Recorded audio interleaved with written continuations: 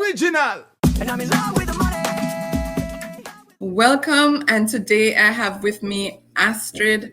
She's a mortgage agent and she has a specialty that she loves and enjoy walking her and supporting her clients with, and that is the Smith maneuver. Astrid, thanks for joining me, and I'll allow you to give a full introduction of yourself. Thanks, Guardian, for having me today. My name is Astrid Suchipto, and I'm a mortgage agent with Guardian Mortgages. We are one of the fastest growing brokerages in Canada. Now, my mission as a mortgage agent is to help homeowners save money and to change lives one mortgage at a time. As a mortgage agent, I take a financial planning approach to mortgages because I believe that your mortgage is likely your biggest debt. I believe that it should be considered as part of your entire financial plan. Now, I teach homeowners how to leverage their mortgage in order to turn it into a true asset.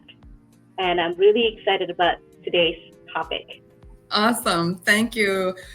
So let's dive right into it. Tell us, what is the Smith maneuver?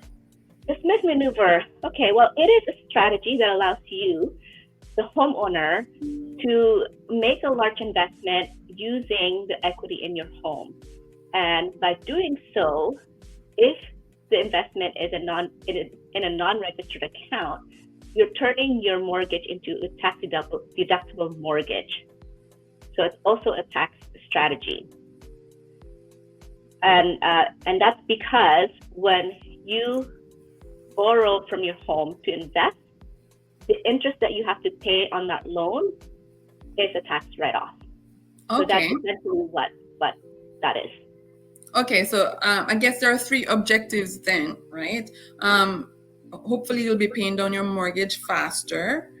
Ultimately, you'll be freeing up funds using the equity to invest, and you'll be creating a tax deduction. Exactly, yes. Okay. So is there any more to the mechanics of Smith maneuver, or could you tell us who would be best in a position to use the Smith maneuver? Yeah, so before I talk about that, I think I just want to explain how you would get this going in the first place, right? Okay. Mm-hmm. So essentially the way it works is that you would take out a loan against your house. So it's called a home equity line of credit. So it's a line of credit that's secured against your house.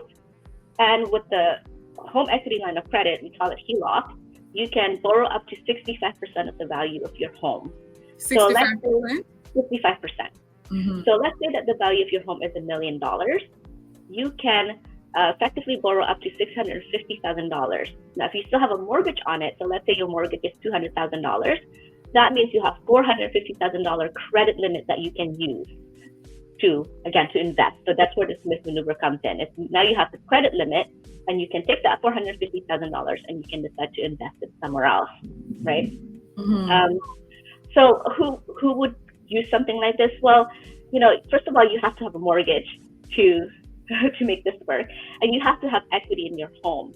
Now, because you can borrow up to 65% of the equity in your home, you need to have 35% equity, right? You need to have paid off at least like 35% of your mortgage to be able to make this work for you.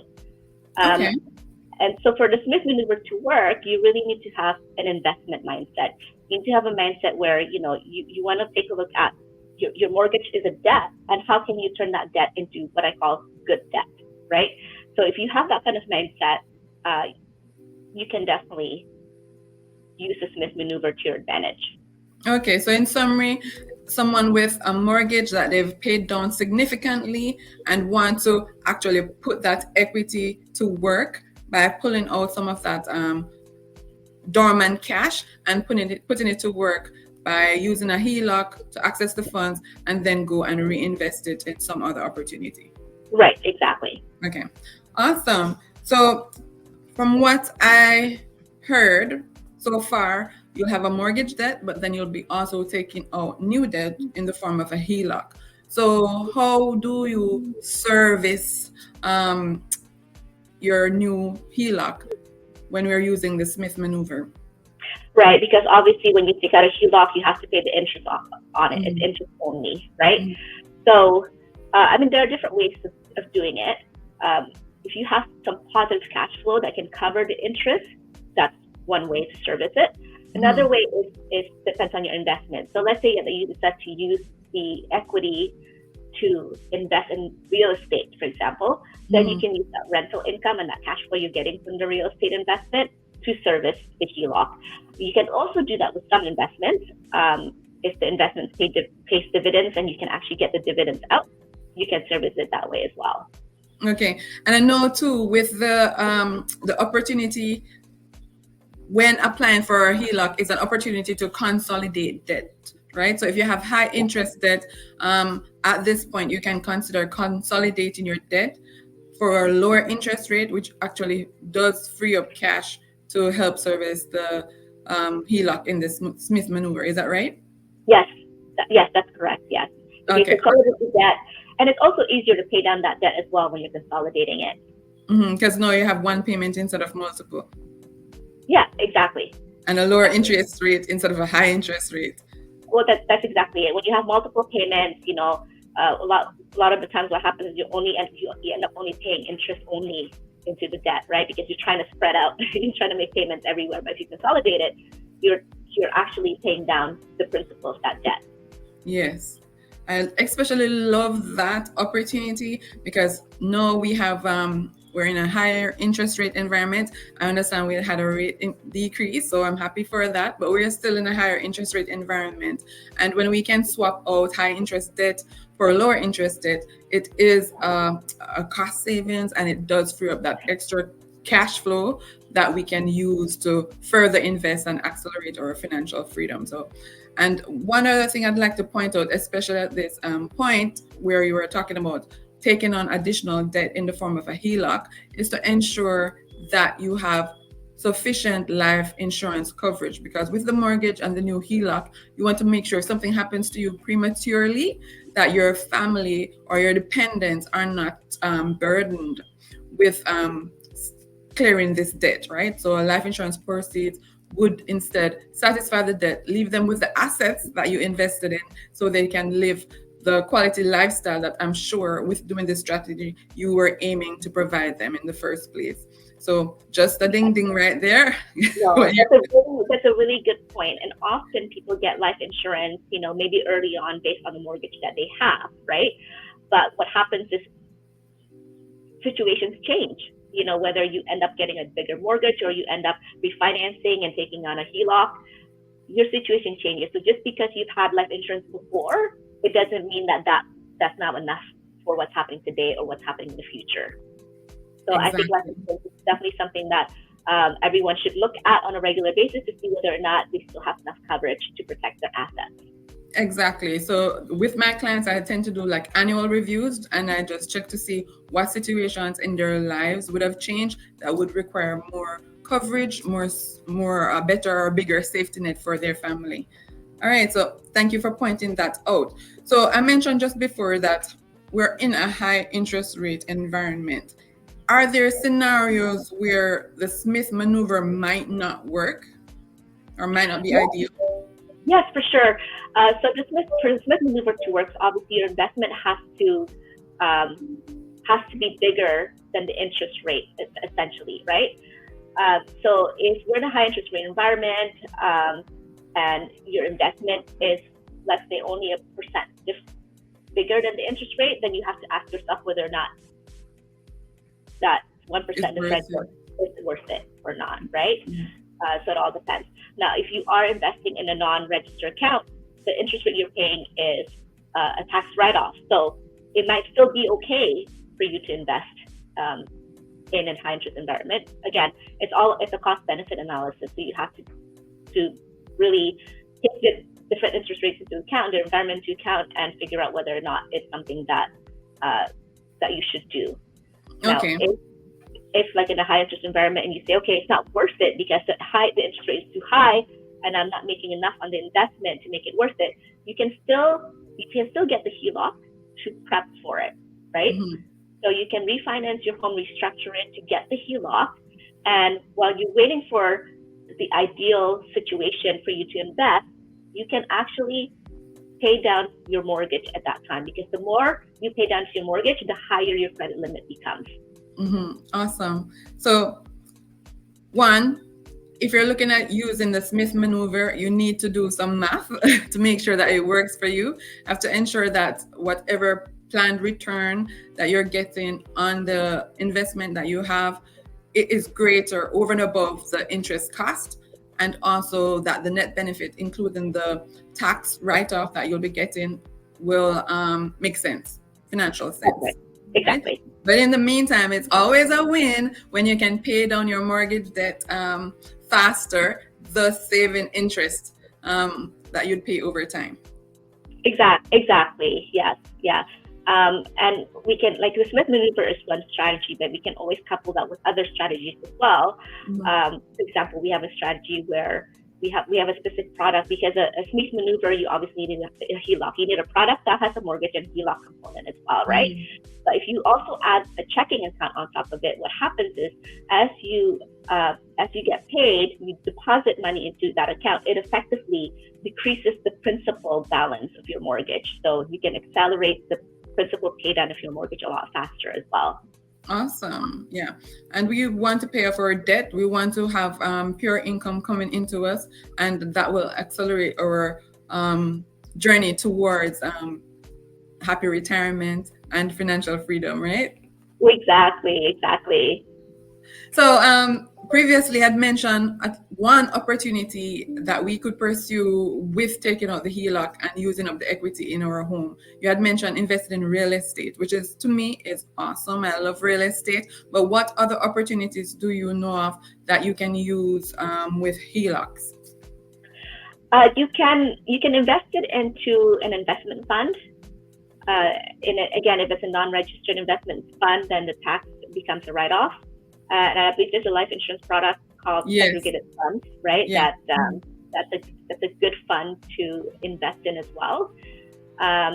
You can use it you can become a private lender in the mortgage space. That's one way of doing it as well. So there's investment, real estate, private lending.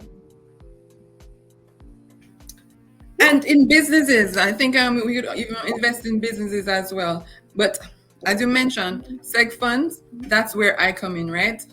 Insurance companies offer the opportunity to invest in different type of funds with different underlying assets or indexes. For example, the S&P 500, the NASDAQ, the TSX 60. Well, how a seg fund differs from a mutual fund is that the insurance companies, they tend to offer guarantees, right? Because insurance companies are in the business of offering guarantees. So on top of what you typically get at a bank, they'll offer the advantage of a maturity or death guarantee, and also the option to reset. So do you know how this works? I could maybe give you some more info. With the guarantees, so for example, if you had an investment and at maturity the market is down, with a guarantee, it actually might be that the payout at the point of maturity or death is actually higher than the market value. So that's one of the benefits. It provides you with that principal protection. And I know some people are hesitant to invest because of the downside risk, right? So using a segregated funds kind of alleviates some of that downside risk. Yeah, that's amazing. Because there are some people who are a little more risk averse. Yeah. And of course, afraid that, especially in an economy like today, is it a good time to invest when the economy is not doing so well, right? So when there's that principal guarantee, I think it could be a win-win all around. Exactly, especially when you're planning for a long-term type of goal like retirement. That is definitely an advantage. And the resets, actually, they allow you to lock in gains along the way, right? And the guarantee is applied to the new reset amount. So if you had $100 invested, you got reset at 120. That guarantee is actually applied to the 120 as opposed to the 100. So that's another way that insurance companies offer you to help you grow your wealth and protect you against downside risk. Oh, that's amazing. And you also mentioned as well investing in businesses, and that's another way as well to use the Smith maneuver is to invest in a business. And if you have even a side business, right, you're injecting money into your business, that's a loan you're taking from yourself, and that could also be a tax write-off. Okay, and just to highlight here, right? We know that the tax deduction is one of the touted benefits of investing with a HELOC. There are certain product options that will not allow the tax deduction. For example, if you were to invest in a tax-free savings account, or if you were to invest inside of your life insurance policy, which again is another awesome thing to do, right? That if you borrow to do that, then the interest associated with that borrowing is not tax deductible. That's right. Yes, that's right. That doesn't mean that it's still not a good idea. Again, it all comes down to math and doing a cost benefit analysis. Great. Yeah. All right. So you mentioned a few things, and there are a few things that popped out to me about the person themselves that would see this as an opportunity, right? They have to have certain qualities or a certain outlook. For example, you mentioned that they must have an investment attitude, right? They must be open to risk, because with any investment, there is a measure of risk. Is there any other quality that you'd expect them to have when you're considering a client for the Smith maneuver? Yeah, they have to have financial literacy, or at least be willing to learn about being financially literate, understanding how all of that works. They have to be disciplined as well, right? Because all of a sudden, if you get access to $450,000, you don't want to go out and buy a Ferrari with it, right? So again, that's kind of like where the investment mindset comes in, right? So discipline, financially, you have to be able to protect your credit score, because credit is really important. And you have to have a growth mindset. Okay, awesome. Growth mindset, discipline when it comes to investing and managing your credit.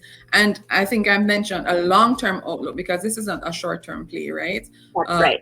A long-term outlook on your investing and your time horizons, and also a healthy risk appetite, because whether or not you're going into real estate with the HELOC, buying into a business, or even investing in other funds, right? There is a measure of risk that you would need to accept. Absolutely. Yeah. Yeah. And you did mention, Astrid, that you've actually employed this strategy in your own life. And I'd love to hear what you did and how it's working out for you. Yeah. So we employed this strategy actually a while ago, over 10 years ago now, where we did exactly what we talked about, took the equity from our home and bought a condo with it. So now we own a condo in Toronto. And of course, that was a good investment, because when we bought the condo, it was, $360,000 or something like that, right? Now condos in Toronto are, it's probably valued at about $1 million. So you could probably do the math there in terms of like our return from it, right? And in the meantime, yes, we've been paying the interest on it, but at the same time, again, the interest is tax deductible. So it's really, to us, it's a moot point. Now, I mentioned that the Smith maneuver is one strategy, and of course, as an agent, we have access to different strategies as well. So what we can do is we can stack strategies, and that's exactly what I've done with our own personal situation with stack strategies. So we started the Smith maneuver over 10 years ago, and more recently, we have a strategy at our brokerage called the All Your Money Everyday AIM mortgage strategy, and it's essentially creating your own banking system, right? So with this strategy, and I mentioned slightly before, it's an all-in-one account. It has your checking account, your mortgage, your HELOC in one. So every time we have income coming in, it pays down our principal balance right away. And now, instead of having a 25-year amortization, instead of taking 25 years to pay off our mortgage, we are now on track to pay it off in about 9 years. So Awesome. I think that's pretty powerful. Now we're coupling that. I'm not sure if you've heard of the cash damming when you are in real estate and you're a real estate investor.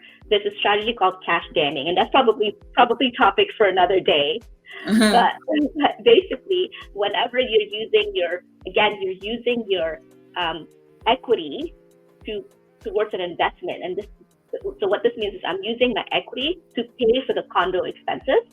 So the expenses, the interest that I'm paying on the expenses now becomes tax deductible as well. So that, to me, that's 3 strategies in one that we're employing for our own personal situation. And when we do that, we're paying off our mortgage even faster. And that's the goal. If you have a real estate portfolio, right now we might be getting smaller net cash flows, but the faster we pay down that portfolio, the larger our net cash flow becomes, right? And that does accelerate, again, the goal, financial freedom, the goal of early retirement. And you mentioned several strategies, and we'll definitely have future conversations about those other strategies, because the goal of this broadcast is to help everybody achieve the goal of financial freedom. Everybody learn the strategies that they can employ with the assets they have, with the resources they have, wherever they are at financially. They can learn and employ strategies to help them get there, because that's how we do it. I know you have the similar goal, Astrid, to help individuals achieve financial freedom one step at a time. Yes, that's exactly it. And I always say that it's not too early to start learning, and it's not too late to start either, right? Exactly. Thank you so much, Astrid. Is there any parting words for our listeners that you'd want to share, or even if you want to just tell them how they can get in touch with you? Sure, yeah. As just mentioned, it's really not too early to start learning about some of the strategies. And even if, we don't know what your situation is like, but it starts with a conversation. So have a conversation with me, have a conversation with Cardine about the life insurance portion, protecting your assets, and even about segregated funds, right? To learn more about how that works. And really, I'm here to help. I don't actually charge for my services. So come talk to me anytime. You can send me an email at astrid@guardianmortgages.ca, or DM me on Instagram or LinkedIn, or send me a text or call me at 289-809-4599. Awesome, Astrid. Thank you so much. And everybody knows how to get in touch with me, I hope, by now. info@moneymattersca.com, and you can call me at 647-951-6905. My conversations are also complimentary, so reach out. You have no excuse. Take care.